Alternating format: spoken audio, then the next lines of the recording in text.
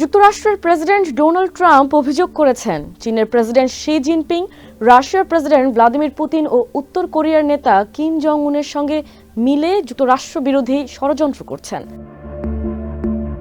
৩ September বেইজিংয়ের চীনের ইতিহাসে সবচেয়ে বড় বিজয় দিবসের কুচকাওয়াজে যোগ দেন বিশ্ব নেতারা। অনুষ্ঠানে শি এর পাশে ছিলেন কিম ও পুতিন। এই উপস্থিতিকেই অনেকে পশ্চিমা বিশ্বের প্রতি প্রতীকী বার্তা হিসেবে দেখছেন। ট্রাম্প নিজের সোশ্যাল মিডিয়া প্ল্যাটফর্ম ট্রুথ সোশ্যালে লেখেন, যুক্তরাষ্ট্রের বিরুদ্ধে ষড়যন্ত্রে লিপ্ত হওয়ার সময় দয়া করে পুতিন ও কিমকে আমার উষ্ণ শুভেচ্ছা পৌঁছে দিন। একই সঙ্গে তিনি দ্বিতীয় বিশ্বযুদ্ধের সময় চীনের পক্ষে যুক্তরাষ্ট্রের দেওয়া সহায়তা এবং নিহত আমেরিকান সেনাদের আত্মত্যাগের কথাও স্মরণ করান।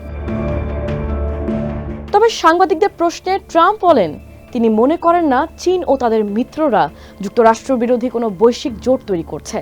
তার ভাষায়, চীনের যুক্তরাষ্ট্রকে অনেক বেশি প্রয়োজন, আমাদের চীনকে যতটা দরকার তার চেয়েও বেশি।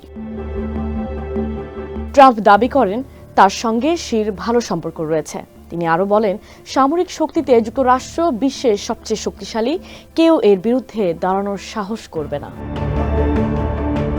অন্যদিকে ২ সেপ্টেম্বর এক রেডিও সাক্ষাৎকারে ট্রাম্প বলেন, রাশিয়া চীন ঘনিষ্ঠতাকে তিনি কোনো হুমকি হিসেবে দেখছেন না।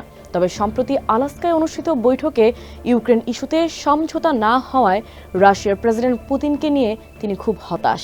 ইউক্রেনের মানুষের সহায়তায় যুক্তরাষ্ট্র কিছু করবে বলেও জানান তিনি, যদিও বিস্তারিত কিছুই বলেননি। চীন এখনও প্রকাশ্যে পুতিনের ইউক্রেন আগ্রাসনের সমালোচনা করেনি, বরং পশ্চিমা দেশগুলো অভিযোগ করছে চীন রাশিয়াকে তেল কিনে ও দ্বৈত ব্যবহারযোগ্য সামগ্রী সরবরাহ করে সাহায্য করছে। বেইজিং অবশ্য এই অভিযোগ অস্বীকার করেছে। এদিকে ইউক্রেনের প্রেসিডেন্ট ভলোদিমির জেলেনস্কি বলেছেন, রাশিয়া নতুন করে সেনা মোতায়েন করছে সীমান্তের বিভিন্ন সেক্টরে। রাতে দেওয়া ভাষণে তিনি বলেন, পুতিন কোনোভাবেই শান্তির পথে আসতে চান না।